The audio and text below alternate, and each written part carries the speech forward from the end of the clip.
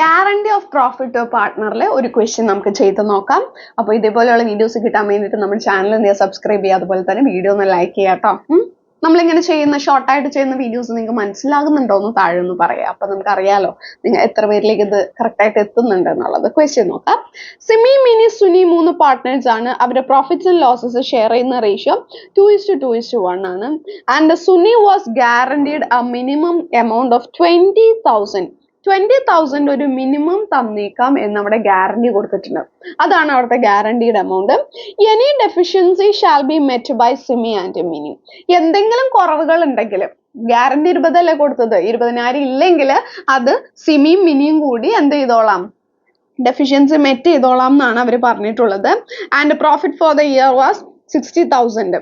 Profit 60,000 ആണ്. ഇങ്ങനെയാണ് നമുക്കൊരു ക്വസ്റ്റ്യൻ തരാം. ഇത് വെച്ചിട്ട് നമ്മൾ guarantee of profit and loss അപ്രോപ്രിയേഷനിലേക്ക് എഴുതണം. അപ്പൊ അതിൽ ആദ്യം നമ്മൾ ചെയ്യേണ്ടത് എന്താണെന്ന് വെച്ചിട്ടുണ്ടെങ്കിൽ ക്വസ്റ്റ്യന് ഇതെങ്ങനെ വന്നാലും പ്രോഫിറ്റ് ആൻഡ് ലോസ് അപ്രോപ്രിയേഷൻ അക്കൗണ്ടിൽ നമ്മൾ നെറ്റ് പ്രോഫിറ്റ് അല്ലെങ്കിൽ നെറ്റ് ലോസ് ആണ് ആദ്യം എഴുതാം. അപ്പൊ നെറ്റ് പ്രോഫിറ്റ് ആണെങ്കിൽ ഇവിടെ ക്രെഡിറ്റ് സൈഡിൽ എഴുതും, നെറ്റ് ലോസ് ആണെങ്കിൽ അപ്പുറത്ത് എഴുതും. അപ്പൊ നെറ്റ് പ്രോഫിറ്റ് 60,000 വന്നു, അത് നമ്മൾ ഇവിടേക്ക് എഴുതി. ഓക്കെ, ഇനി ഇതിലേക്ക് എഴുതുന്നതിന് മുന്നേ നമുക്കൊരു വർക്കിംഗ് നോട്ട് ചെയ്യാം. അപ്പോൾ വർക്കിംഗ് നോട്ടിൽ നമ്മൾ കാൽക്കുലേഷൻസ് ചെയ്തിട്ടിട്ട് അത് നമുക്ക് മുകളിലേക്ക് എഴുതാവുന്നതാണ്.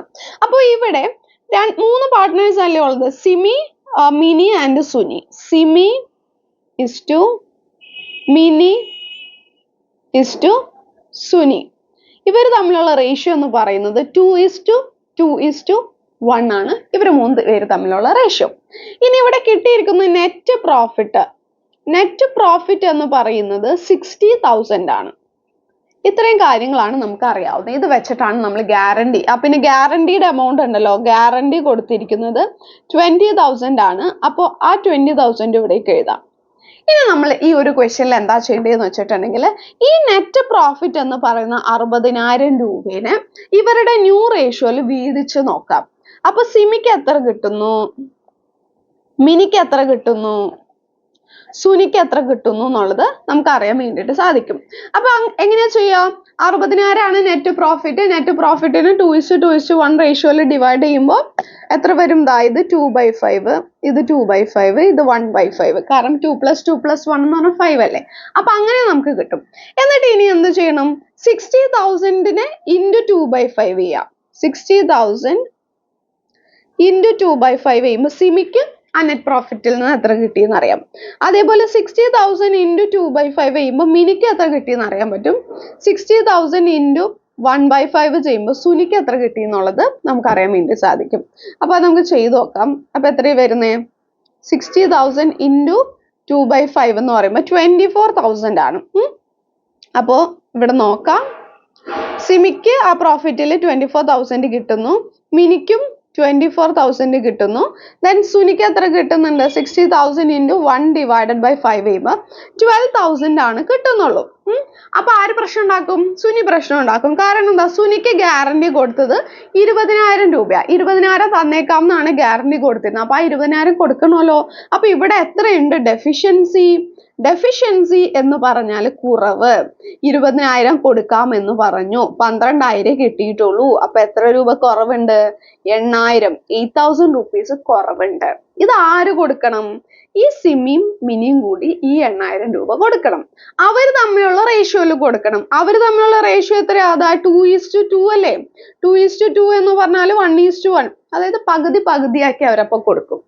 അപ്പൊ 8,000 1:1 എന്ന് പറയുമ്പോൾ 8,000 ഇൻറ്റു 1/2, 8,000 ഇൻറ്റു 1/2.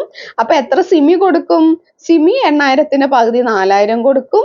അതേപോലെ തന്നെ മിനിയും 4,000 കൊടുക്കും. സുനിക്കാണെങ്കിൽ സിമിയുടെ 4,000 കിട്ടും, മിനിയുടെ 4,000 കിട്ടും. അങ്ങനെ മൊത്തം എത്ര കിട്ടും, ഇവിടെ 20,000 രൂപ കിട്ടി.